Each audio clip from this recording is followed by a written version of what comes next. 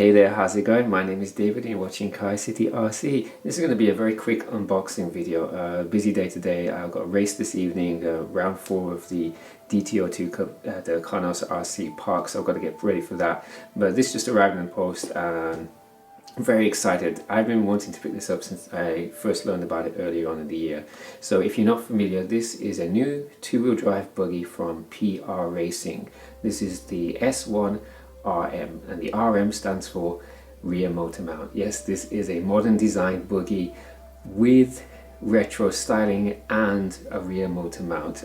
PR Racing say on the box, the S1 RM adopts a traditional RM rear motor mount drive system equipped with a motor positioned right at the rear of the car. Its styling is an homage to buggy designs of the past, but it adopts modern day components from PR Racing's so it's a similar vein to G-Force Hobbies Genova, and to a lesser extent I suppose Kyosho's Dirt Master and Tamiya's BB01. You've got vintage styling with a modern chassis design, modern suspension design. So super excited. Price wise, this came in at 36,000 yen here in Japan, which means it is slightly more expensive than Dirt Master and quite a bit more expensive than a Genova. It's similar to money to the BB01, Tamiya's BB01 chassis BBX, but cheaper than, for example, the YZ2 from Yokomo. So what do you get? Let's have a look at the box first. Apologies. Unboxing videos really aren't my forte, but I think a lot of people would be interested to see what the box has got to offer. So yeah, apologies. This is such a rushed video. Okay, specs wise, I'll put these on the screen so you can see them. And also in the description below I'll put a link to PR Racing's homepage so you can go and check that out. You've got a 3mm aluminium main chassis, similar vein to, like, for example, the YZ2, but obviously this being rear motor mount. You've got carbon fiber steering knuckles. The rear motor plane to the rear design looks very similar to the Dirt Master. Front suspension, again, aluminium shocks with I don't know, we'll pop this up and have a look at the quality of the plastics, but I'm guessing they're going to be pretty good. Hex front and rear. It can take you've got basically 3 different battery options. So you've got the standard shorty, the low center of gravity, so the low CG shorty packs, and also the long standard LiPo packs. It does include wheels and tires, I believe, in the kit, and universals as well, slipper clutch obviously, and it does include a body and a wing. So I guess we should crack it open and see what you get for your money.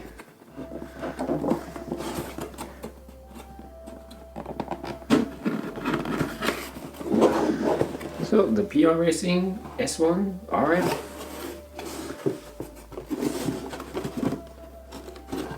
We'll get this open. Okay, so what we have instruction manual and decal sheet with window masks.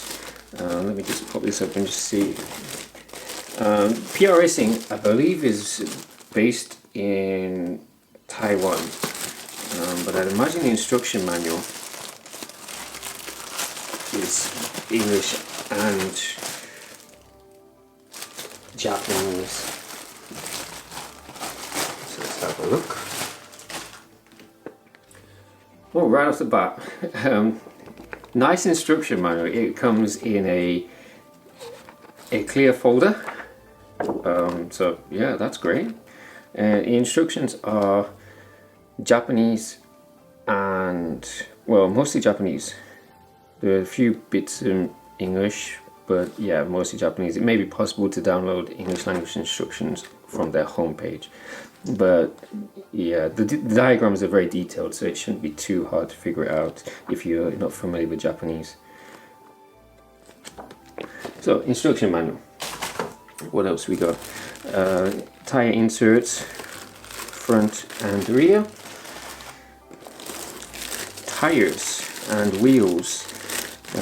These seem to be very soft. Yes, the rears are very soft tires.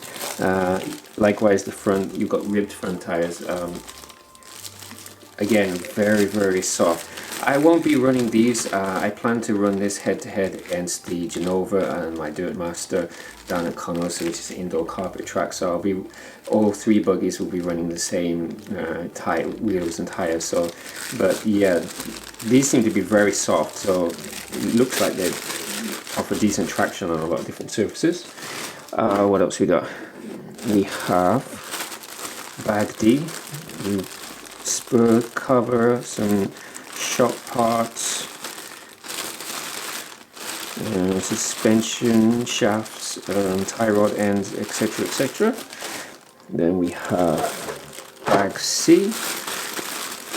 This seems to contain gears. What else? Shock towers. I can see aluminium motor plate, bearings, gearbox internals, and a few other bits and pieces in here. Looks like we've got a mix of plastic and metal gears. Then we have the rear wing. It seems to be quite a thick polycarbonate. The body, which is a lot smaller than I was expecting. Well, compared to the Genova's body, it's probably more in line with the Dirt Master's body. Retro styling. Again, it seems to be pretty decent quality, thickness of the body as well. What we got next? Bag B.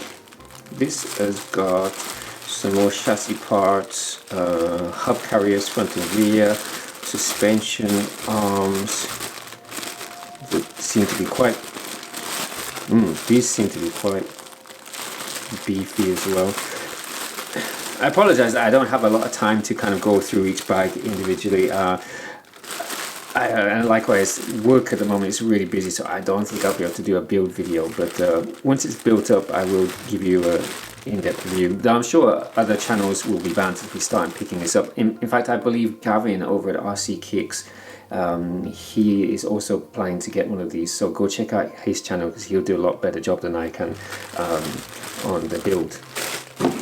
And then finally we have bag A, which includes we have the main chassis, and it looks like a few parts have already been put together. Let's just pop this out of the bag.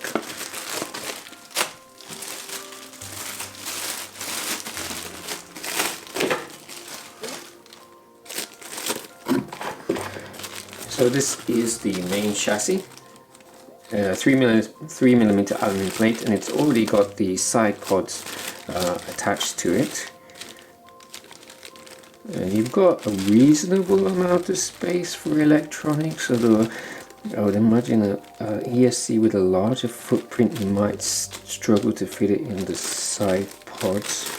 But oh yes, the quality seems to be superb. And then a few other bits and pieces. So there we go. That has been a very quick and rather poor unboxing video of the PR Racing S1 RM rear motor mounted modern day designed racing buggy. I hope you found this video useful. Stay tuned. I will of course get this built as quickly as I can and then put it head to head against the Dirt Master, the Genova, and possibly even the YZ2, although the YZ2, Yokomo's YZ2 is a mid-motor mount, so I guess it would be a bit of an unfair advantage for the YZ2. Well, thanks for watching. I'll catch you in the next one. This has been KaiCityRC David. See you next time.